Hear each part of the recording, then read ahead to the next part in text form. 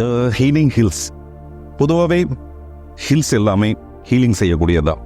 அதாவது மலைகள் மருத்துவ மகத்துவம் வாய்ந்தவை. முதல்ல என்னை இந்த பேர் ரொம்ப அட்ராக்ட் பண்ணிச்சு, ஹீலிங் ஹில்ஸ்.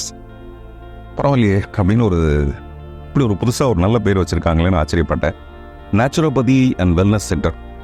என்னுடைய ஃப்ரெண்டு உமாபதி, உத்ராபதி, சபாபதி, சத்ராபதி எல்லாரும் நேச்சுரோபதிக்கு இதுதான் பெஸ்ட்னு சொன்னாங்க. சும்மா ரைமுக்காக அப்படி சொல்கிறேன்.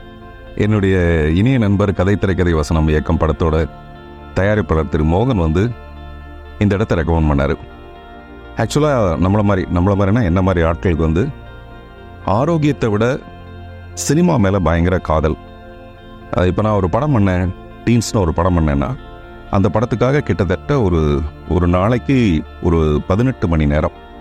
அந்த 18 மணி நேரமும் வேறு எதுவுமே நினைப்பா இருக்காது, அது மட்டுமே. அதனால் கொஞ்சம் உடம்பை கவனிக்கிறதுக்கான வாய்ப்பு வழிகள் குறைவாயிடும்.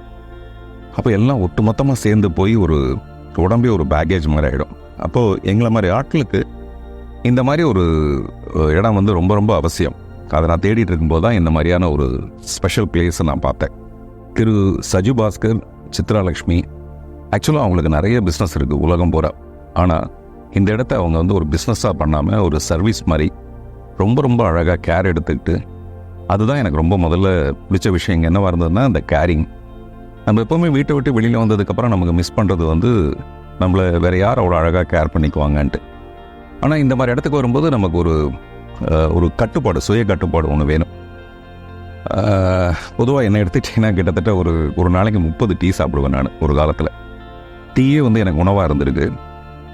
அப்புறம் அந்த 30 டீலேருந்து 3 டீக்கு குறைக்கிறதே எனக்கு பெரிய கஷ்டம். அந்த மாதிரி அது ஒரு பயங்கர அடிக்ஷன் மாதிரி. இங்கே வந்ததுக்கப்புறம் பால் டீயை நான் பார்க்கவே கிடையாது. வெறும் க்ரீன் டீ, எல்லாமே ஹெர்பல் அந்த மாதிரி. அப்புறம் நேச்சுரோபதியில் இருக்கிற ரொம்ப பிரமாதமான விஷயம் என்னென்னா, உடம்புக்கு இது ஒத்துக்குமா, அதுக்கு ஒவ்வாமை இருக்கா, அந்த மாதிரி எந்த கவலையும் இல்லாமல் இந்த ட்ரீட்மெண்ட்டை நம்மளால் எடுத்துக்க முடியும். பொதுவாக எனக்கு ஜேர்னி ரொம்ப பிடிக்கும். ஜேர்னிங்கிறது அநேகமாக எனக்கு இன்வெர்ட் ஜேர்னியாக இருக்கும். உள்ளுக்குள்ளவே போயிட்டுருப்பேன். அதன் மூலமாக தான் நிறைய கற்பனைகள், அதை எப்படி விற்பனைக்கு கொண்டு போகிறதுன்னு அங்கே நிறைய பிரச்சனைகள் வரும், மறுபடியும் ஸ்ட்ரெஸ் நிறைய வரும்.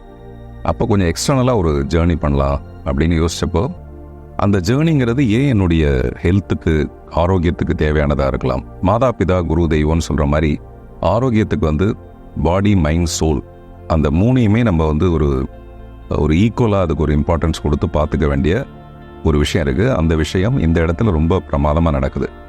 பாடிக்கு தேவையான ஃபிசிக்கல் ஆக்டிவிட்டீஸ், ஃபிசியோதெரப்பி அந்த மாதிரி, அப்புறம் மசாஜஸ், அப்புறம் கண்ணாபின்னான்னு என்னென்னமோ ஜக்கூசி மாதிரி விதவிதமாக இருக்குது.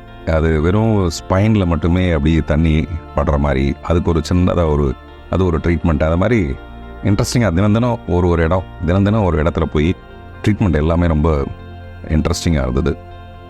பாடி மைண்ட் சோல்னு சொன்னேன். பாடிக்கு தேவையான ட்ரீட்மெண்ட் இங்கே நிறைய இருக்குது. நல்ல நல்ல டாக்டர்ஸ், நேச்சுரோபதி டாக்டர்ஸ்லாம் இருக்காங்க. நெக்ஸ்ட் மைண்டுங்கிறது தான் நம்மளால் கட்டுப்படுத்த முடியாத ஒரு காட்டு குதிரை மாதிரி. அது ஒரு இருட்டறைக்குள்ளே ஓடிக்கிட்டே இருக்கும். அதை ஒரு சமாதானப்படுத்தி ஒரு சமநிலை கொண்டு அந்த வேலை இங்கே ரொம்ப பிரமாதமாக நடக்குது. யோகா, ஒரு விதவிதமான யோகா, மூச்சு பயிற்சி. அப்புறம் முதல்ல இந்த இடமே ரொம்ப அமைதியான ஒரு இடமா இருக்கு. பாடி மைண்ட் சோலில் 3வது முக்கியமானது சோல், ஆன்மா. இந்த ஆன்மாவை அமைதிப்படுத்துறதுக்கு முதல்ல அமைதியான இடத்துக்கு நம்ம வந்துடணும். இந்த இடம் அது ரொம்ப சரியான ஒரு இடம். மருதமலை, கோயம்புத்தூர் பக்கத்தில். இந்த மருதமலையில் நிறைய சித்தர்கள் வாழ்ந்திருக்காங்க. இப்போ அங்கேருந்து வர ஒரு மூலிகை காற்று இருக்குது பார்த்தீங்களா, அதுதான் ஆக்சுவல் நேச்சுரோபதி.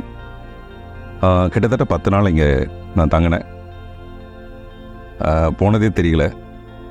நான் வெளியில் இங்கேருந்து போகும்போது ரொம்ப புத்துணர்ச்சியோடு போகிறேன். இந்த யாம் பெற்ற இன்பம் சொல்லுவாங்களே, அந்த மாதிரி இந்த ஹீலிங் ஹில்ஸை நான் உங்களுக்கு அறிமுகப்படுத்துகிறேன்.